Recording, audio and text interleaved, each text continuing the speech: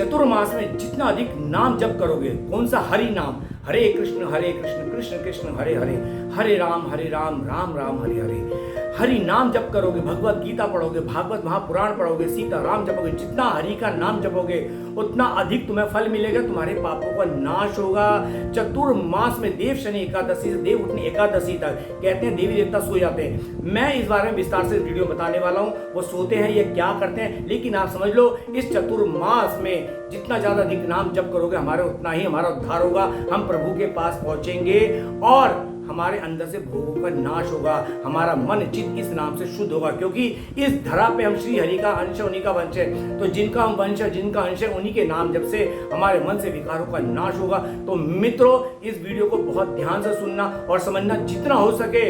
ये बात सच है कि इसमें कोई शुभ कार्य नहीं होते, क्योंकि संसारिक शुभ कार्य देवी देवता की उपासना से होते हैं। वो क्या देते क्या नहीं इस वीडियो में बताने वाला हूं। लेकिन कोई शुभ कार्य करो ना करो, लेकिन जितना हो सके सबसे बड़ा नेक कार्य करो, अपने उद्धार के लिए हरि नाम जप करो, भगवान का नाम जपो। किसका? श्री हरि का। हरे कृष्ण कृष्ण कृष्ण हरे हरे, हरे राम राम राम हरे हरे। इस वीडियो को पूरा ध्यान से देखना।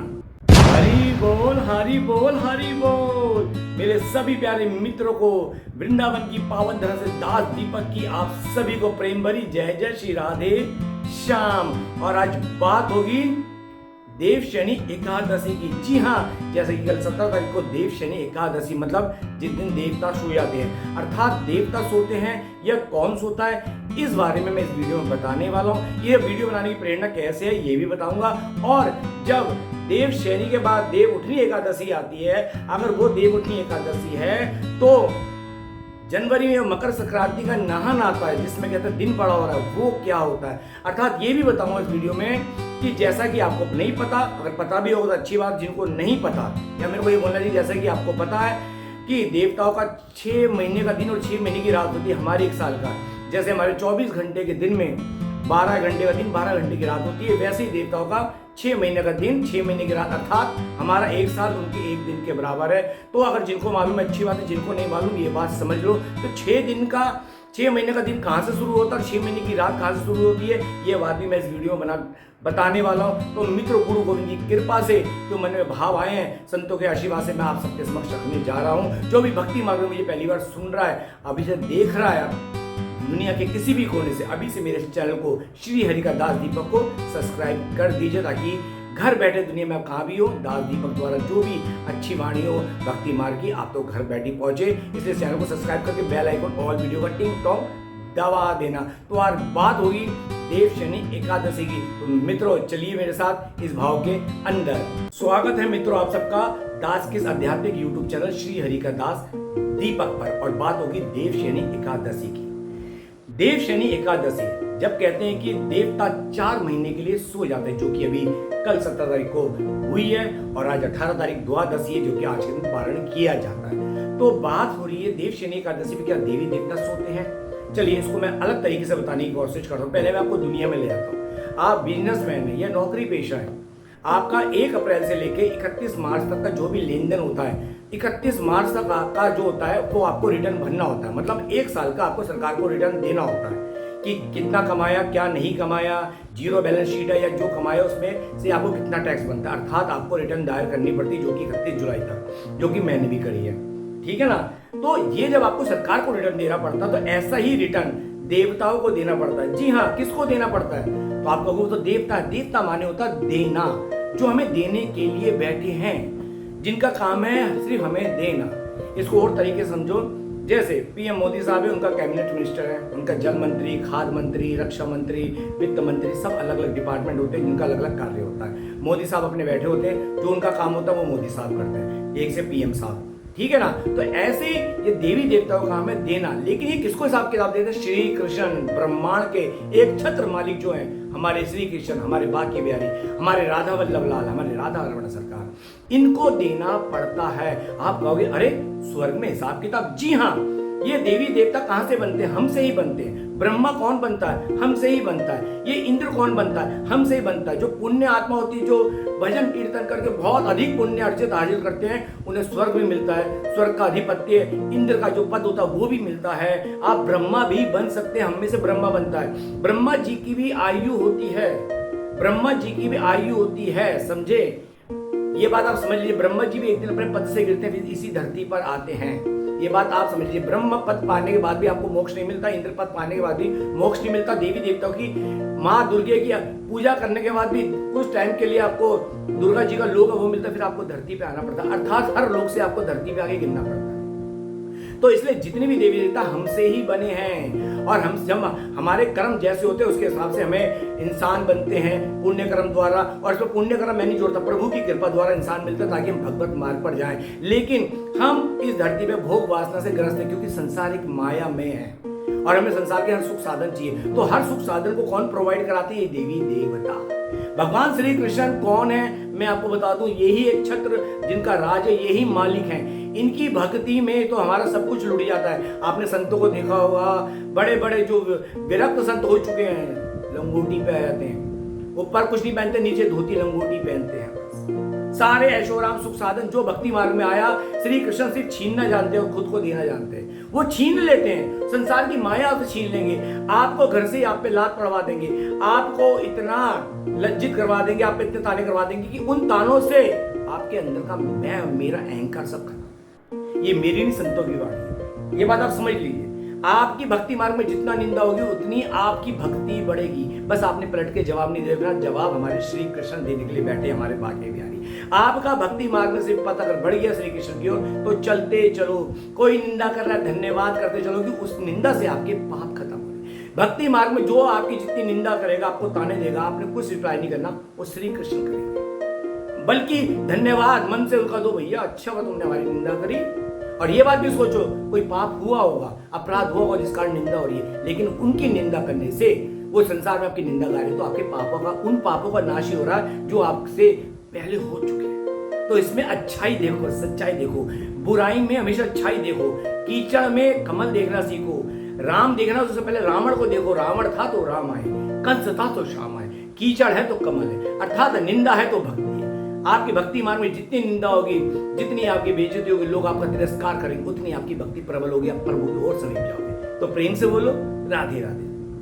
तो ये देवी देवता क्या होता है? हमें देने के लिए बैठे होते हैं। अब हम संसार के यश मान कीर्ति वैभव ये पद प्रतिष्ठा कहां से मिलती है? देवी देवता से। और देवी देवता कैसे देते हैं? देवी देवता देते हैं क्योंकि मंत्र के अधीन होते हैं। इनका नाम जब जो फलाना देवी देवता जिस डिपार्टमेंट को होता है आपको प्रसन्न करते हो, उनका काम है देना। अगर वो आपसे प्रसन्न हो गए तो उनका काम है आपको देना, वो दे के जाते हैं। अगर आप लेने से मना कर दोगे तो ऐसा नहीं हो सकता, वो देंगे, वरना वो अपने पद से गिर जाएंगे, क्योंकि आपने उनको मंत्र द्वारा प्रसन्न कर लिया, वो काम आपको देते हैं। इसलिए भगवान श्री कृष्ण ने कहा गीता जी के 8वें अध्याय के 24वें श्लोक में, 20 से 24वें श्लोक में साफ क्लियर कहा, 24वें श्लोक को पढ़ लेना कि मंद बुद्धि है वो लोग जो देवी देवता को पूजे। अर्थात भगवान खुद कहते हैं मंद बुद्धि बोला, क्यों? क्योंकि आप देवी देवता की उपासना करोगे, मन वांछित फल पाओगे, फिर मन माना खाओगे, मन माना पहनोगे, मन माना करोगे, क्योंकि माया से आपसे पाप करवाएगी। और जब वो पाप आप करते जाओगे तो आपके पुण्य बड़ी जल्दी नाश होंगे, और जब पुण्य नाश होंगे ना, जब वो पाप एक्टिव होंगे, फिर आपको जो भी इस पाप के अनुरूप फल मिलना है,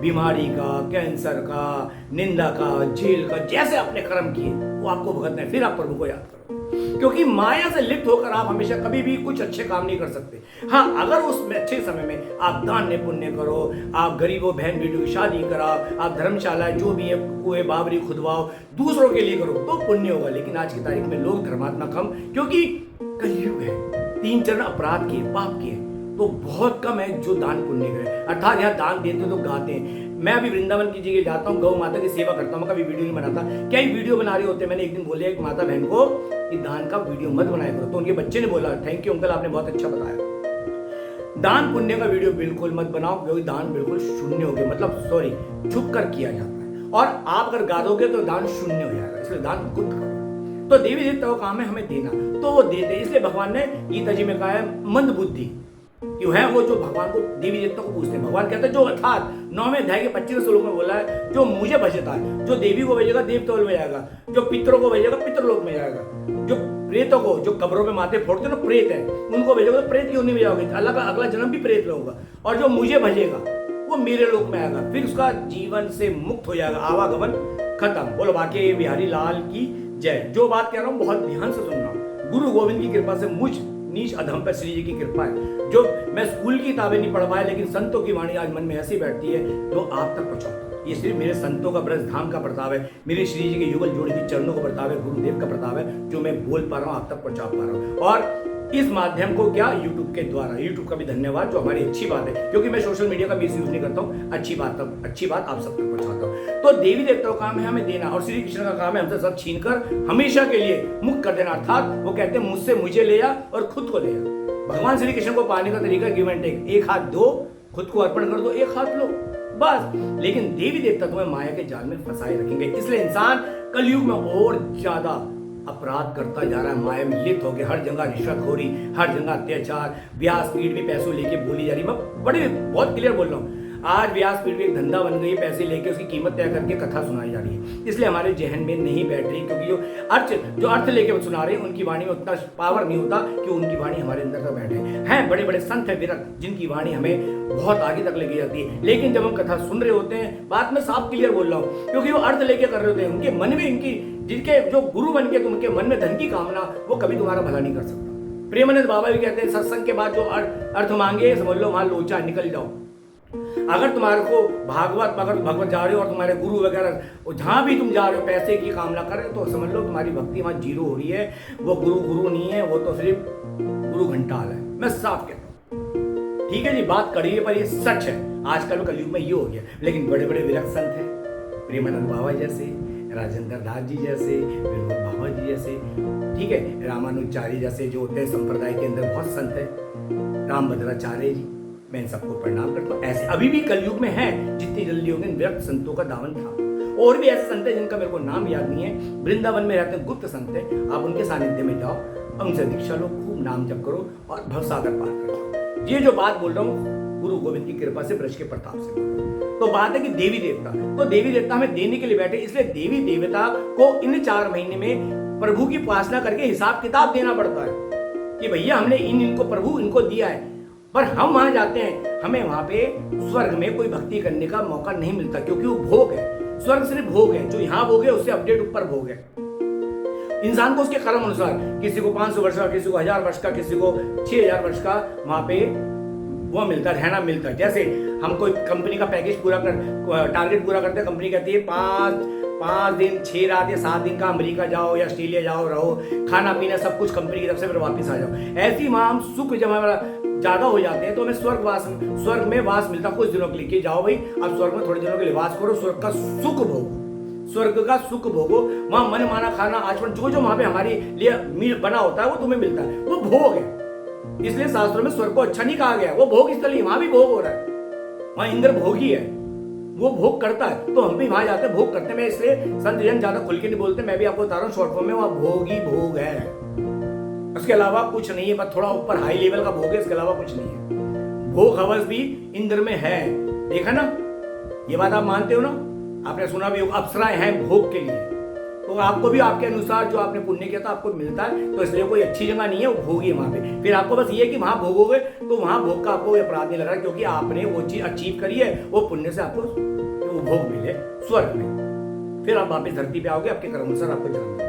तो ये देवी देवता श्री कृष्ण को अपना हिसाब किताब देते हैं। अब इन 4 महीने श्री कृष्ण क्या करते हैं, श्री कृष्ण की वो लोग उपासना करते हैं, श्री कृष्ण इनको और शक्तियां देते हैं, ताकि हम जब फिर दोबारा कुछ मांगे तो देवी देवता हमें दे सके। अब हमारे श्री कृष्ण क्या करते हैं, ये 4 महीने में, ये 4 महीने क्या करते हैं, इनका एक रूप क्षीर सागर में श्री हरि विष्णु जी के रूप में शयन मुद्रा में होता है, जबकि वो ध्यान मुद्रा होती है। भगवान कभी सोते नहीं है, ना उन्हें भूख लगती है, वो तो हमारे भाव है, ठाकुर जी को भोग अर्पण करते हैं, तो प्रभु उनके भाव से, जो उनकी खुशबू से, जो अमनिया होते हैं ना, उनकी खुशबू से वो भोग खुद ले लेते हैं। यही सच्चाई है। और भोग के रूप में उस प्रसाद में से वो पाप सारे अपने अंदर लेते हैं। इसलिए कहते हैं ठाकुर जी को भोग तुलसा दल रख के अर्पण करो, तो जो प्रभु को श्रद्धा से अर्पण करता, प्रभु उस भोजन में से पाप खींच लेते, ताकि मेरा भक्त को पाप मुक्त होकर वो भोजन प्रसादी करे। बोलो श्री हरि नारायण की जय। इस बात को ध्यान से समझना। अब आती है कि 4 महीने और क्या करते हैं, राजा बलि के और 4 महीने पहरेदारी करते हैं, जैसे कि उन्होंने कहा था, क्योंकि राजा बलि उनके परम भक्त है। और अगला जो इंद्र है वो राजा बलि ही है, जो नीचे राजा बलि सुत लोक के अंदर है। तो अगला जो इंद्र है वो राजा, इस समय जो नीचे है तीसरे उसमें, वो अगले जो इंद्र है वो राजा बलि ही बनेंगे। ये बात आप अभी से समझ लो। तो 4 महीने राजा बलि की पहरेदारी करते हैं। और 4 महीने पहरेदारी क्या लो, देखो भगवान भी हो गया, अपने भक्त की पहरेदारी कर रहे हैं। कितना बड़ा दिल है प्रभु का, अपने भक्त की पहरेदारी कर रहे हैं। अर्थात वहाँ बाली आराम से सोते हैं, आराम करते, प्रभु उनका ध्यान रखते, पहरेदारी करते। यही तो प्रभु की महिमा, भक्त के वश में है भगवान। प्रभु हमेशा अपने भक्तों के अधीन होते हैं, और जो भक्तों के अधीन जब हो जाते हैं तो प्रभु उनके लिए कुछ भी कर देते हैं। इसलिए प्रभु से बढ़कर प्रभु का नाम है, जितना हो सके राम नाम सीताराम जपो तो प्रभु तुम्हारे हो जाएंगे। ये बात याद रखना, नाम ही नामियों को खींच कर लाता है। इसलिए कहता हूँ जितना हो सके कलयुग में महामंत्र जपो, हरे कृष्ण कृष्ण कृष्ण हरे हरे, हरे राम राम राम हरे। ये नाम नामी को खींच लाता है, आपको उससे जोड़ देता है। और कलयुग केवल नाम आधारण, कलयुग में नाम ही नाम होगा, इसके अलावा नाम जप के अलावा कोई पूजा पाठ नहीं होगी। आने वाले समय में समझ लीजिए धीरे धीरे देवी देवता सब लोग निकल जाएंगे। 5000 बीत गए और 5000 वर्ष बीतने के बाद सारे देवी देवता धरती छोड़ देंगे, सिर्फ हरि नाम ही होगा। क्योंकि उस समय कलयुग का जो चरण आना चालू होगा, अभी कलयुग आया नहीं है, अभी तो द्वापर की संध्या है और कलयुग का आगमन है। इसलिए थोड़ी और बड़ी भक्ति हो रही है, और 10 साल बाद बिल्कुल भक्ति नहीं होगी। ना भक्ति तुम्हें कोई करने देगा, ना हरि नाम जब तुम पाओगे, और जो जपेगा उसे कोई यहीं के जो अधर्मी लोग हैं वो विधर्मी मार देंगे। इसलिए गुप्त रूप से नाम जप करना पड़ेगा, बात समझ लो। कलयुग इतना भयंकर होने वाला, अभी देखो जगह जगह तराई मच रही है, देश एक दूसरे को मारने में लगे पड़े, आपस में जात बिरात धर्म के नाम पे कलेश हो रही है। क्या कलयुग का प्रभाव? इंसान मंद बुद्धि हो गया, स्वार्थी हो चुका है, भाई भाई के से परेशान है, बहन भाई से परेशान है, केस चल रहे हैं, प्रॉपर्टी कम ज्यादा, ये कलयुग का प्रभाव है। जहां बहन भाइयों में प्यार होता है, बहन भाइयों में टकराती है, कोर्ट में केस होगा, ये कलयुग का मायामयी प्रभाव है। माया से ग्रस्त, हर को पैसा पैसा पैसा पैसा। और आज तो सरकार ने एक बात और कर दी है, मतलब ऑनलाइन क्रिकेट के नाम पे, गेम के नाम पे जुआ चला रहा है। मैं तो खुल के बोलता हूँ ये जुआ है, जुआ किसी का नहीं हुआ। जुए के अंदर धर्मराज युधिष्ठिर सब कुछ हार गए, तो सरकार इतनी आंख बंद करके बैठी है, नेत्रहीन हो गई है, नहीं देख रही है। वो आज की तारीख में गेम लूडो के नाम पर जुआ चला रही है। मैं तो खुलकर अपने इस वीडियो में बोल रहा हूँ, क्रिकेट के नाम पर, लूडो के नाम पर, ये क्या है? सब जुआ है। सरकार को दिखाई नहीं दे रहा, कोई बात नहीं, आने वाली नस्ल जुआरी बन रही है ऑनलाइन, क्योंकि सरकार को टैक्स मिल रहा है। जो बैठी ऑनलाइन, हमारी संस्कृति बर्बाद हो रही है, हमारे देश की जनरेशन बर्बाद हो रही है। मैं खुलकर बोलता हूँ, सरकार ये हमारे देश को, हमारे संस्कारों को बर्बाद कर रही है जुए को ऑनलाइन चलाकर। और अभी तक वो पट्टी बांधे बैठी, उनके कान पे जू नहीं लग रही, समझ नहीं आता। मैं बहुत क्लियर बात बोलने वाला, आप मेरे से अगर मेरे इस बात के पक्ष में हो तो इस बात को खुल के सपोर्ट करना। ये ऑनलाइन जुआ बंद होना चाहिए, संस्कार देने चाहिए, संस्कारी बनाओ, ना कि उन्हें जुआरी बनाओ।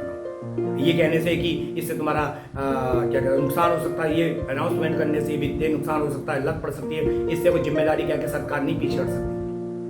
और ये क्या सरकार क्या है हमें नहीं पता, नहीं उन्हें पता। टीवी पे इसका प्रमोट होता है, बड़े बड़े क्रिकेटर आते हैं, टीवी स्टार आते हैं, उसको प्रमोट करते हैं, लूडो खेलने के लिए, फलाना गेम खेलने के लिए, क्रिकेट टीम बनाने के लिए, करोड़ों में जिताने के लिए। ये फैंटेसी के नाम पे जुआ हो रहा है, ठीक है। तो क्या करते हैं, अब ये देवी देवता जो होते हैं वो हमें मनवांछित फल देते हैं। अब जैसे देवशयनी एकादशी गई, अब देव उठनी एकादशी आएगी, जहां तक है 12 नवंबर के आसपास, 12 नवंबर को, उस समय देव उठनी एकादशी होती है। भगवान श्री कृष्ण अपने रूप से जागते हैं। अब वो होता क्या है उस दिन, जैसे अब मैं पहले आपको वो बता दूं, 4 महीने के बीतने के बाद जो देव उठनी एकादशी होती है, उस दिन भोर होती है। जैसे हमारे यहाँ सुबह के 3:30 बजते हैं ना, हाँ भाई दिन निकल रहा है, सभी साधु संत महात्मा कहते हैं ना 3 साढ़े 3 उठ के अपनी पूजा में लग जाओ।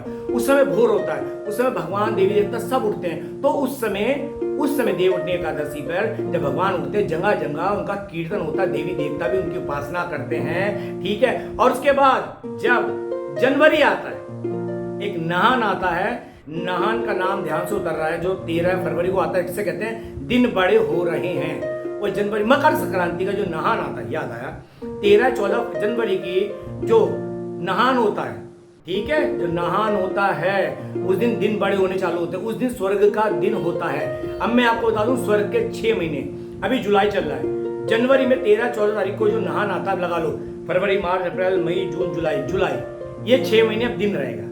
और जुलाई से लेकर अब तक जो नहान आएगा तब तक रात रहती है। और जो देव उठनी एकादशी होती है उस समय उनकी भोर होती है, मतलब अब उठ जाओ। जो पूर्ण दिन जो होता है, दिन बड़े होते हैं, उस दिन जो होते हैं, जिस दिन वो नहान होता है। तो मैंने आपको दोनों बात समझा दी, देव उठनी एकादशी पे क्या होता है और कैसे वो क्या कहलाता है। उस दिन भोर होती है, लेकिन पूर्ण दिन निकलता है उनका मकर संक्रांति के जो नहान आता है जनवरी के अंदर, और उसी जनवरी से लेके जुलाई 6 महीने दिन रहता है। और जुलाई अब देवशयनी एकादशी से फिर जनवरी तक रात होती है। तो उम्मीद करता हूं मेरी बात समझ आ गई होगी। तो देवी देवता सोते नहीं है, इस समय उनका आह्वान करते हैं, ठीक है, सोना भी होता है, लेकिन इस समय उनका पूजा पाठ श्री कृष्ण का होता है। संतों से जो सुना, मन के भाव में जो है, मैंने आपके समक्ष रखा। ये बात क्यों आई, मेरा एक व्हाट्सएप ग्रुप है, उसमें ये पोस्ट आई हुई थी, तो मेरे से किसी ने पूछा था कि प्रभु जी क्या वाकई ये देवी देवता सोते हैं, तो मैंने चलो उसका वीडियो बना के डालता हूँ। तो उसमें मैंने अपना वॉइस मैसेज डाला था, तो मैंने कहा चलो क्यों ना वीडियो बना दूं। तो ये बात मैंने इसलिए रखी, मेरा व्हाट्सएप ग्रुप में जिसमें अधिकतर महिलाएं, और वही महिलाएं जो भक्ति मार्ग पर है। फेसबुक से मेरा सारा सेटअप, मेरी फ्रेंड्स जुड़ी हुई हैं, ठीक है, मेरे से पर्सनली मेरे से मैसेंजर में बात करती है, मुझे तसल्ली होती नहीं। मैं ये नहीं कहता आप महात्मा बनो, देवी बनो, पुजारन बनो, लेकिन हो कुछ कि टाइम पास करने के लिए मेरे से मत जुड़ो कि ठीक है धार्मिक ग्रुप में टाइम पास नहीं। जिनकी लगन ठाकुर जी के पोस्ट पढ़ना चाहती हो, क्योंकि वीडियो धार्मिक आते हैं, प्रेमानंद बाबा के वीडियो आते हैं, बहुत और संतों के वीडियो आते हैं, राजेंद्र राज जी की, जो भक्ति का सत्संग सुनना पसंद करते हैं, मैं उनको अपने व्हाट्सएप ग्रुप में जोड़ लेता हूँ, मैसेंजर में मुझसे बात करते हैं, तो मैं उन्हीं को जोड़ता हूँ। उन्हीं का सवाल था, तो मैंने आप सबके समक्ष रखा। तो मित्रों, मैंने श्री हरि की कृपा से आप सबके समक्ष बात रखी, मैंने अपनी बात रखी है। आप मानो तो ठीक, ना मानो तो ठीक। दास दीपक अपनी बात रखता है, थोपता नहीं है। मेरी जितनी भी सखियां वो जानती है कि दीपक से कोई भी बात करो तो ये कहता हूँ, दोस्त ये मेरी राय है, मानना ना मानना आपके ऊपर है। तो मैंने आपको सब बता दिया कि देवशयनी एकादशी का क्या होता है, देवउठनी एकादशी में क्या होता है। ये देवी देवताओं को भी अपना हिसाब किताब देना पड़ता है। और आपको एक बात और बता दूं, एक मिथ्या भ्रम से दिमाग से निकाल देना कि विष्णु से श्री कृष्ण नहीं, श्री कृष्ण से विष्णु है। अनंत ब्रह्मांड के एक छत्र मालिक है श्री कृष्ण, और हर ब्रह्मांड के 3 पावर होती है, ब्रह्मा विष्णु महेश, हर ब्रह्मांड की होती है, लेकिन सबका अधिपत्य मालिक है वो श्री कृष्ण है। जैसे प्रलय होती है सब शून्य में हो जाएगा, ब्रह्मा विष्णु महेश। जब भगवान ने श्री कृष्ण ने अर्जुन को अपना विराट रूप दिखाया था, अनंत ब्रह्मांड दिखाए थे, अलग अनंत ब्रह्मा विष्णु महेश दिखाए थे। और आपको बता दूं, हमारी सृष्टि जो है चतुर्मुखी ब्रह्मा जी के अधीन है, और इतनी बड़ी सृष्टि है संसार में जिनके ब्रह्मा जी के 10-10 करोड़ मुख के, मतलब इतनी बड़ी बड़ी सृष्टियां हैं। इसका ये जो भौतिक साइंस है ना, ये इसका पता नहीं लगा सकती। और स्कंद पुराण के अनुसार लोग कहते हैं कितनी गैलेक्सी है, 3.5 करोड़ गैलेक्सियां हैं, लेकिन ये भौतिक ज्ञान नहीं बता सकता। स्कंद पुराण में जिक्र है 3.5 करोड़ गैलेक्सियां हैं, और सब में जीवन अलग अलग तरीके से प्रभु ने चला रखा है। बोलो श्री हरि लक्ष्मी नारायण की जय। तो मित्रों, आपको सब कुछ बता दिया, उम्मीद करता हूँ बात अच्छी लगेगी, और अच्छी लगे तो शेयर करना, आप भी जगना, दूसरों को भी जगाना, और सनातन धर्म का प्रचार करना। याद रहे, धर्म तो एक सनातन है, बाकी सब भ्रम है, और मन माने ढंग से बनाए गए धर्मों में कुछ नहीं दम है। बोलो सत्य सनातन धर्म की जय। तो मिलते हैं अगले वीडियो में, तब तक के लिए आप सभी को वृंदावन की पावन तरह से दास दीपक की प्रेम भरी जय जय। श्री राधे श्याम। आपका दिन शुभ हो।